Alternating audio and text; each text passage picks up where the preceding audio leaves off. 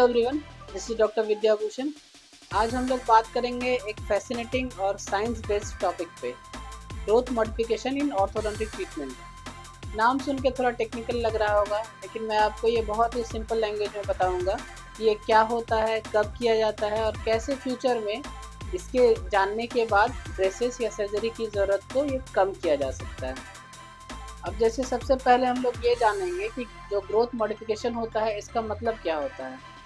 तो अब जैसे क्या है कि बच्चा जैसे ही ग्रो करता है उसके जॉ बोन्स भी डेवलप हो रहे होते हैं।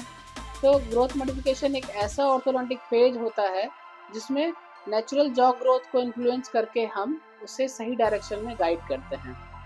ये सिर्फ कम एज में ही पॉसिबल होता है, क्योंकि उस टाइम जो क्या है कि जो बोन्स होते हैं वो थोड़े सॉफ्ट होते हैं और सबसे बड़ी बात है एडेप्टेबल होते हैं। सो सिंपली पुट कि अगर जॉ बोन्स की शेप और साइज को कंट्रोल करके हम लोग फ्यूचर के बाइट प्रॉब्लम को किसी भी तरह से अगर हो रहा है तो उसको हम लोग रोक सकते हैं।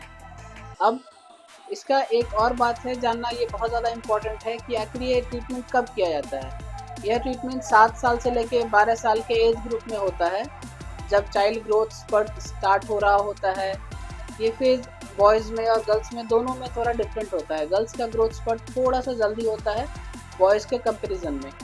तो टाइमिंग इज़ एवरीथिंग। अगर हम इस ग्रोइंग एज में ही जॉ प्रॉब्लम को डिटेक्ट कर लेते हैं, जैसे कि अपर जॉ छोटी है या फिर लोअर जॉ जो है वो ज़्यादा आगे निकल रहे हैं, तो हम अप्लायंस के थ्रू उस जॉ ग्रोथ को कंट्रोल या मॉडिफाई कर सकते हैं।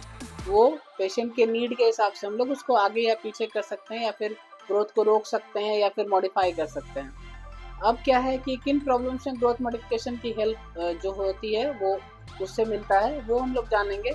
जैसे क्लास 2 मालोक्लूजन है, जब अपर जॉ जो है वो ज़्यादा आगे की ओर होता है, लोअर जॉ थोड़ा पीछे होता है। फिर क्लास 3 केसेस है, उसमें क्या है कि जो लोअर जॉ है ये वो बाहर की ओर होती है, आगे की ओर होती है, और ऊपर वाला जो है वो थोड़ा पीछे रहता है। फिर ओपन बाइट है या डीप बाइट है, जहाँ दांत जो है प्रॉपरली क्लोज नहीं होते हैं या फिर ज़्यादा ओवरलैप करते हैं। ये सब जॉ रिलेटेड प्रॉब्लम्स होते हैं। दांतों के अलाइनमेंट से ज़्यादा बोन स्ट्रक्चर का प्रॉब्लम होता है ये सारा कुछ। अब इसमें एक और चीज़ लोग जानना चाहते हैं कि जैसे कि इसमें कौन कौन सा अप्लायंस जो होता है उसको हम लोग यूज़ करते हैं। जैसे सबसे पहले मोस्टली फंक्शनल अप्लायंसेस होते हैं, जैसे कि ट्विन ब्लॉक हुआ या बायोनिटर हुआ, ये रिमूवल होते हैं। और जॉज की मसल के जो फोर्स को होता है उसको यूज़ करके ये लोग बोन ग्रोथ को इन्फ्लुएंस करते हैं। हेड गियर जो है ये एक्सटर्नल अप्लायंस होते हैं जो कि फेस के बाहर से फिट होते हैं और अपर जॉ के ग्रोथ को कंट्रोल करते हैं। फिर पैलेटल एक्सपेंडर है, जो कि अपर जॉ छोटी हो या दांतों के बीच जगह कम हो तो जॉ विड्थ को बढ़ाने के लिए इसको यूज़ किया जाता है। ये अप्लायंस जो है चाइल्ड फ्रेंडली होते हैं और ऑर्थोडोंटिस्ट की मॉनिटरिंग में ये सब कुछ सेफ तरीके से किया जाता है। हम लोग जो भी करेंगे अच्छे से मॉनिटर करके जो नीड होती है उसी के हिसाब से हम लोग करेंगे। फिर what are the benefits of growth modification. सबसे पहली बात तो सर्जरी अवॉइड की जा सकती है फ्यूचर में। ब्रेसेस का टाइम और इंटेंसिटी दोनों को रिड्यूस हम लोग कर सकते हैं। फिर फेशियल एस्थेटिक जो है वो भी बहुत ज़्यादा इम्प्रूव होती है। फिर जॉ पेन है या फिर बाइट प्रॉब्लम है या फिर च्यूइंग डिफिकल्टीज़ है, ये सारी चीज़ों को प्रिवेंट किया जा सकता है। और सबसे बड़ी बात कि आपको कॉन्फिडेंस बूस्ट मिलता है। जब जॉ स्ट्रक्चर आपका प्रोपोर्शनेट होता है, अच्छे तरीके से होता है, तो आप ज़्यादा कॉन्फिडेंट दिखते हैं।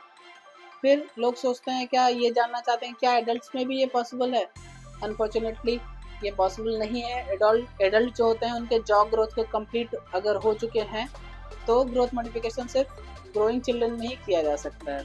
एडल्ट्स में अगर मान लीजिए सीवियर जॉ इशूज़ हैं तो हम लोग सर्जरी के थ्रू उसको जो भी ज़रूरत है वो हम लोग पूरा कर सकते हैं।